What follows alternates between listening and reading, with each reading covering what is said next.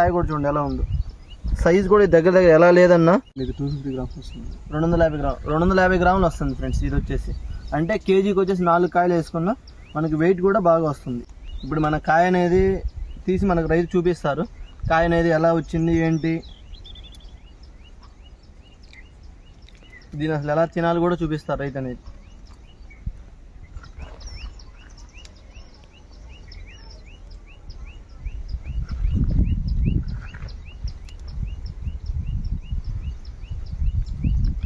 ఇదిగోండి, ఇది అసలు ఫ్రూట్ చూడండి ఏ కలర్లో ఉందో. ఒకసారి టేస్ట్ చూడండి.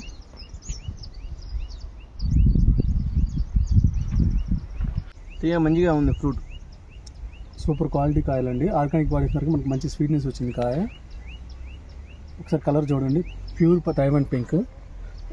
టేస్ట్ కూడా ఎక్సలెంట్గా ఉంటుంది. ఓకే సార్, ఓకే ఇలాంటివి